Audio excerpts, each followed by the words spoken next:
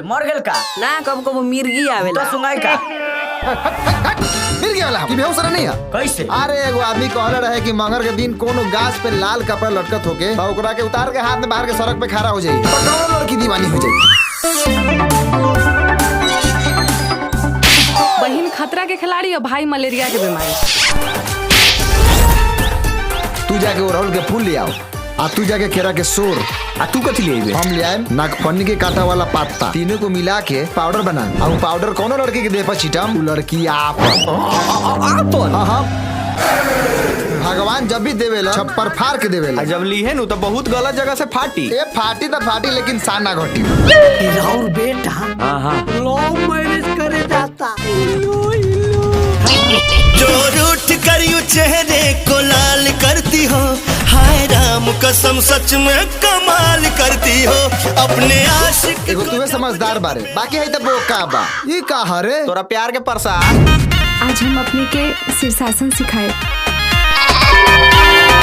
शीर्षासन करे से पहले कम से कम अंदर अंडरवियर तो पहले लेवे के चाहिए ना। हेलो सोना पेपरा करे जी फोन उल्टा सीधा पकड़ यार मैं ससुरा पगला भैया हमनी के शादी ला मान गइल बाड़े। कौन पतला चुमा ले अरे हम पापा बने वाला बानी पहले ही से पेट से उकारे। अरे 50 लाख के मामला बा दोनों तरीका से शादी टूटे के चाहिए। कहाँ बारे सारे आयो चल घरे चल कब बिहान हो गल पते ना चलक। अरे पगला अभी रात बा एगो बात बताओ हई देसी शराब के बोतल बाकी अंग्रेजी अरे पहले लाइट जलाओ ना यार तब न लौकी देसी है कि अंग्रेजी यानो रुके लौका रे।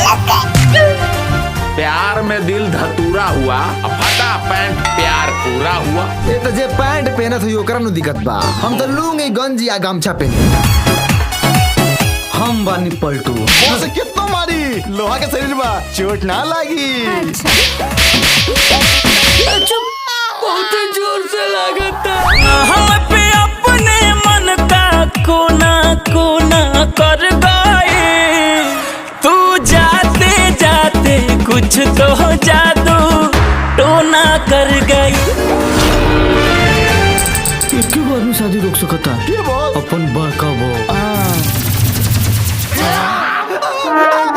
पलटुआ बॉस हमार छेला आधी तूफान ना चल धीरे बॉस आँख तो चलिए गेल बा अमकी कहीं किरनी ना चल जाए। का करता नहीं का करता रे हिलावत तरीका बस करी हमार प्यार भी सच्चा बा आ इनकर आँख भी अच्छा बा। सजना सजना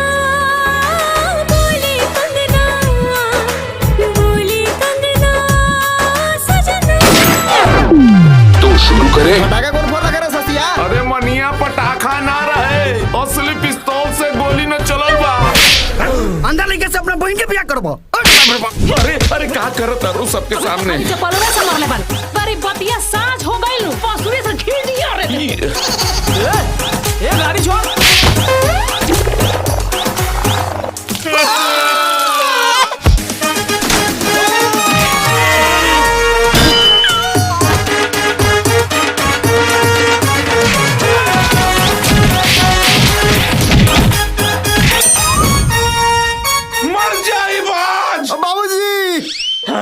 मत मारी बाबूजी हम मरना कैंसिल करता नहीं लेकिन एगो बात बा हाँ का हमरा के ना उलैकिया के सब कुछ देखे के बा। अरे चल माई मर देख रहा है आए भैया जी करो सब